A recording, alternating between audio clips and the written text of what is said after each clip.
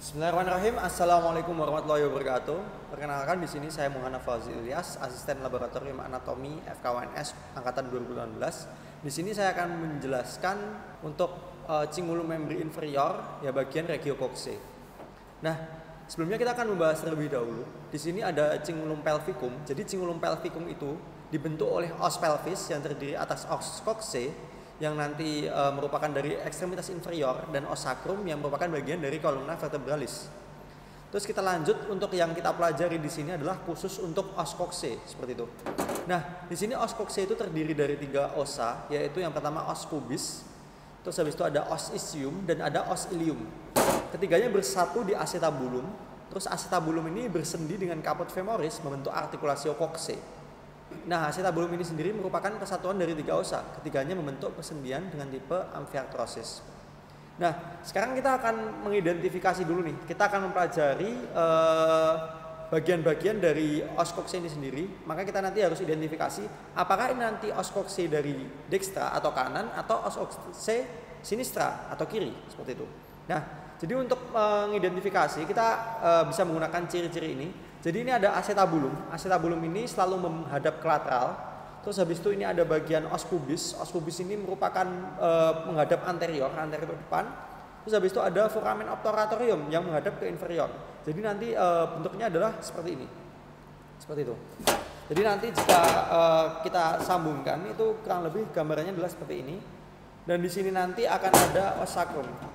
Ya, os sacrum, terus habis itu nanti bergabung seperti itu. Nah, mudah saja sudah. Berarti kita bisa identifikasi bahwasanya ini adalah os coccale yang dextra, ini adalah os coccale yang sinistra, seperti itu. Nah, sekarang kita masuk ke bagian-bagiannya. Yang pertama ada os ilium.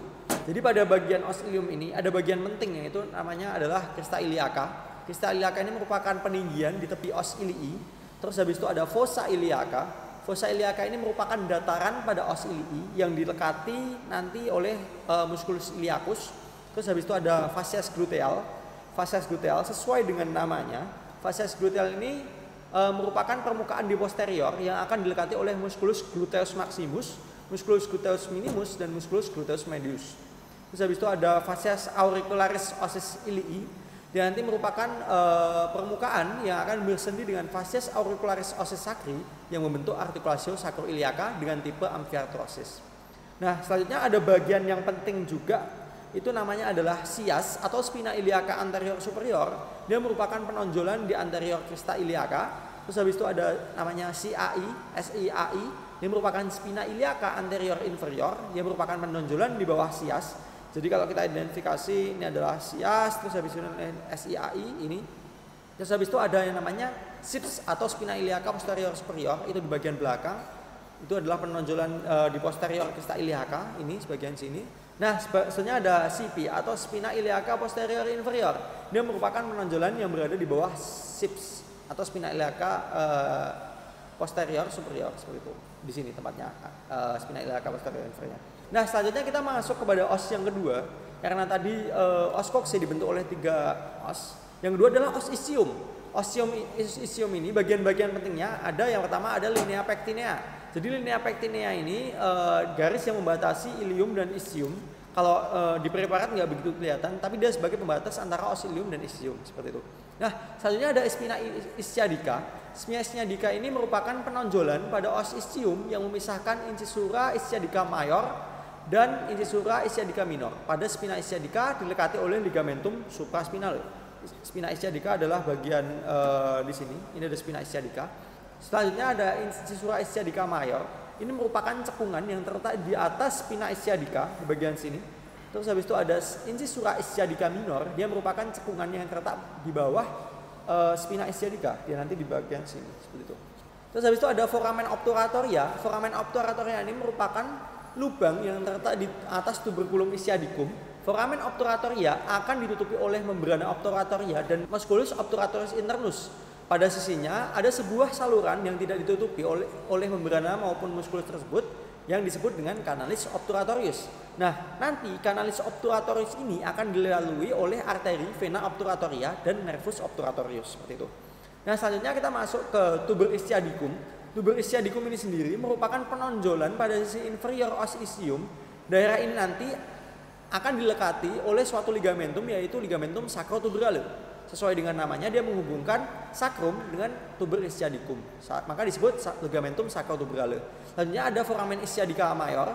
Foramen ischiadica mayor itu merupakan lubang besar pada os ischii yang dilalui oleh musculus, yaitu musculus piriformis, yang kemudian akan membagi foramen menjadi dua bagian, yaitu foramen suprapiriformis di atas musculus piriformis dan foramen infrapiriformis, yaitu di bawah musculus infrapiriformis. Seperti itu. Nah, selanjutnya akan ada foramen ischiadica minor.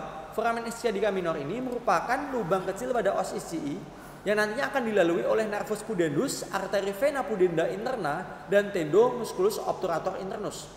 Selanjutnya ada foramen suprapiriformis. Nah, foramen suprapiriformis ini sendiri nantinya akan dilalui oleh arteri atau vena glutea superior dan nervus gluteus superior.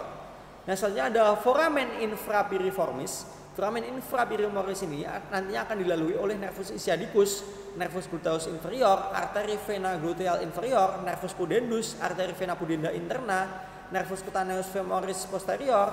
Terus habis itu ada nervus juga yang menginervasi musculus quadratus femoris dan nervus yang menginervasi musculus obturator internus. Nah, selanjutnya kita masuk ke os yang ketiga, yaitu os pubis. Bagian-bagian penting dari os pubis ini sendiri, yang pertama ada eminentia iliopubica. Jadi eminentia sesuai dengan namanya, eminentia berarti peninggian, peninggian di iliopubica berarti peninggian yang terletak di antara os pubis dan os ilium. Nah, di sini kurang begitu kelihatan, di sini sekitar sini. Nah, selanjutnya ada pecten ossis pubis. Jadi pecten ossis pubis ini merupakan penonjolan di anterior os pubis yang juga lanjutan dari linea pectinea. Selanjutnya, bagian penting selanjutnya adalah tuberculum pubicum. Tuberculum pubicum ini merupakan penonjolan halus pada os pubis. Terus habis itu ada crista pubica yang merupakan penonjolan kasar pada os pubis. Terus habis itu ada ramus superior et inferior, merupakan percabangan os pubis pada bagian atas dan bawah. Selanjutnya ada bagian yang disebut fascia symphysialis. Fascia symphysialis ini merupakan dataran yang nantinya akan membentuk persendian fascia symphysialis dexter et sinister yang akan membentuk symphysis os pubis dengan tipe synchondrosis atau gerakan yang sangat terbatas. Yang nantinya juga akan diperkuat oleh ligamen-ligamen, yaitu ligamentum pubicum superior et inferior dan ligamentum arcuatum pubicum. Seperti itu.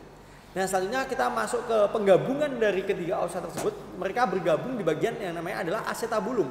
Jadi acetabulum ini bagian-bagian pentingnya yaitu ada fossa acetabuli, merupakan cekungan pada acetabulum. Terus habis itu ada fascias lunata, itu berbentuk muka seperti bulan sabit pada sisi acetabulum. Selanjutnya ada incisura acetabula. Nanti incisura acetabula ini akan dilekati oleh ligamentum capitis femoris. Nah, pelekatan oleh ligamentum capitis femoris ini itu ketika bersendi dengan caput femoris yang membentuk articulatio coxae. Nah, selanjutnya ada limbus acetabula. Limbus acetabula ini merupakan pendinginan di tepi acetabulum sebelah sini. Nah, selanjutnya kita akan mempelajari articulatio pada regio coxae atau persendian pada regio coxae. Nah, persendiannya ini hanya ada dua. Yang pertama adalah articulatio sacroiliaca. Dan nanti sesuai dengan namanya dia akan dibentuk oleh os sacrum dan os ilium. Nah, nanti bentukannya seperti ini. Jadi nanti dia akan dibentuk oleh fascias auricularis ossis sacri dan fascias auricularis ossis ilii. Nah, tipe persendiannya sendiri adalah amphiarthrosis. Selanjutnya kita masuk ke persendian yang kedua, yaitu adalah symphysis ossis pubis. Nah, symphysis ossis pubis ini dia merupakan penyusunnya adalah os pubis dextra dan os pubis sinistra. Dan tipenya adalah sama, yaitu amphiarthrosis. Jadi cukup sekian untuk penjelasan osa dan articulatio pada regio coxae. Selanjutnya nanti mungkin lebih jelasnya bisa dibaca di textbook masing-masing. Terima kasih.